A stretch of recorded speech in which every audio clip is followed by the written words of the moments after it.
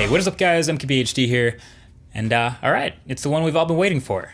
Apple held an event today at their new spaceship campus in the new Steve Jobs Theater to unveil a couple things that may or may not have leaked a little bit beforehand, but that we're excited to finally see in person. So there's a couple low-key smaller announcements before the big one, which was, first of all, the new Apple TV, which now supports 4K and HDR.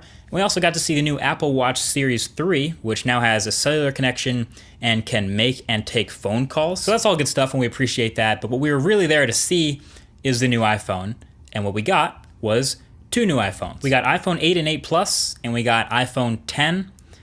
Not really sure what 9 would be. Maybe we're just skipping that altogether. That's cool too. So iPhone 8 and 8 Plus are a spec bump to the current iPhone 7 and 7 Plus. So nearly identical design, but it now has the glass back to support Qi wireless charging, which is awesome to see. It has a True Tone display, but the same sizes and resolutions, and a new A11 Bionic chip inside, and some slightly updated 12 megapixel cameras. And it comes in a new rose gold color, which I think is more of like a copper or a faded, like sandblasted kind of look. So bottom line, this is definitely an improvement. It's an upgrade over what we currently have. But even though this is called iPhone 8, this is definitely more iPhone 7S. Let's not get it twisted. But then came the one more thing, and that was iPhone 10. Don't you dare call it iPhone X. It's iPhone 10. So this is the phone that looks like all the dummies and models I was showing you guys earlier this year. And now seeing it in person now, those things are staggeringly accurate. So this is my focus in the time we got to play with them.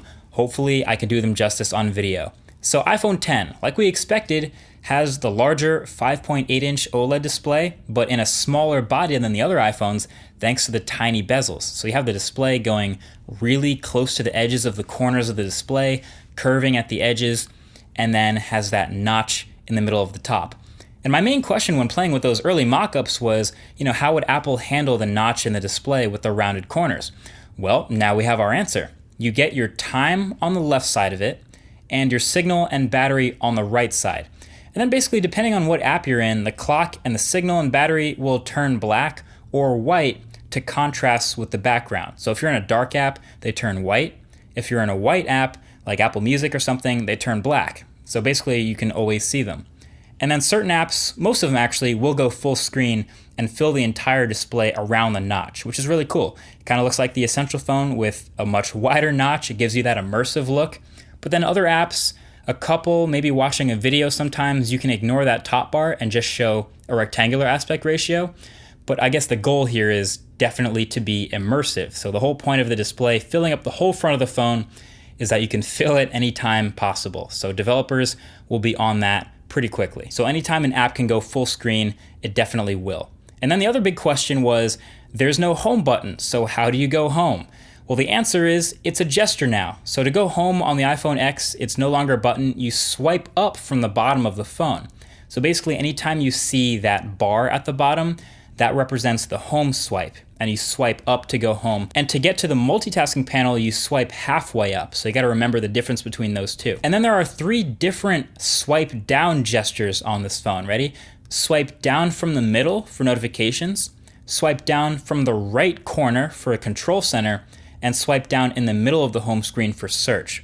So basically all these operations, interacting with the phone that are now done on the screen, they're all gestures to make that possible. You can even wake the display by just touching it once. It's a lot to get used to, but I'm willing to give it a shot. It's kind of what you get yourself into when you remove all the buttons. And then the big story with this phone is that the front-facing sensors in that big tab up at the top are really advanced, and they kind of have to be because Apple has replaced Touch ID and fingerprints with Face ID and facial recognition. So I didn't get to test this much at all yet, but I definitely plan on it because Apple's made a big deal out of it and a lot of big claims about how reliable it needs to be. 1,000,000 to 1 chance that someone else can get into it with something other than your face. It needs to be really secure because it's literally replacing Touch ID, but that's something I'll have to test for the full review. Now, the last major change on the outside is the new cameras. So yes, the vertical camera orientation is new, and just like I always say, I think it looks better here in real life than it did in the renders.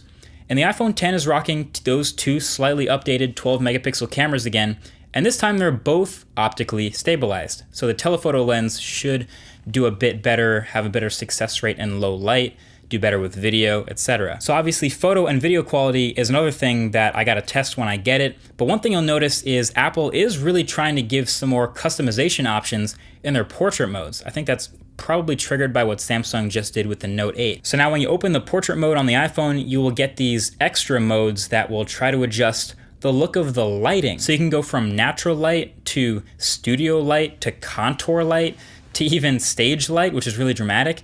And these will all also now work with the front-facing camera as well. So you can do portrait mode with the front-facing camera and mess with all these camera effects on your face, which you know is gonna take your selfie game to the next level. At least I think so. And yeah, you can actually change all this stuff after you've taken the photo as well. So that right there, the front-facing camera improvements, I mean, honestly, is enough reason for some people to consider getting this phone, hilariously enough.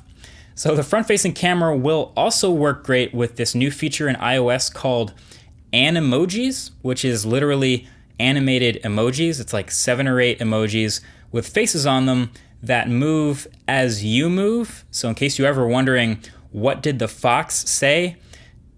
Sorry, that's a terrible joke. But yeah, now in iMessage, you can send short videos with your voice coming from an emoji. It's really good at making people make weird faces, not gonna lie.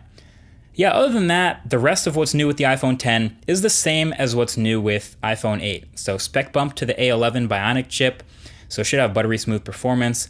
The glass back, of course, enabling Qi wireless charging, which I'm excited to start seeing everywhere now. The OLED display is also now True Tone enabled. And yeah, it's this beautiful new gesture-enabled, fingerprinty slab of glass and metal that will start at $1,000 when it goes on sale in November. Now, are there concerns with it? Yes, absolutely. There's no ProMotion display, which isn't really a concern actually, but the brightness of the OLED panel was in question when the specs were revealed. Nobody got to take this phone outside or anything, but I can already tell my Note 8 display got brighter for what it's worth. And now the power button on the side is also a little bit bigger, and you can hold it down to trigger Siri. And I'm telling you right now, that's gonna cause a lot of accidental Siri triggers in pockets around the world for the next year. Just throwing that out there, but whatever. I'm glad it's finally revealed. The rumors are over, and this is iPhone X. Of course, both these phones, the 10 and the 8 and 8 Plus, will go under the microscope for the full review in the next couple weeks and months. So definitely subscribe already to be the first to see these phones when they come out. But I am liking what I've seen so far. I'm really into the 10. Maybe you are too. Let me know in the comments below. Thanks for watching, and I'll talk to you guys in the next one. Peace.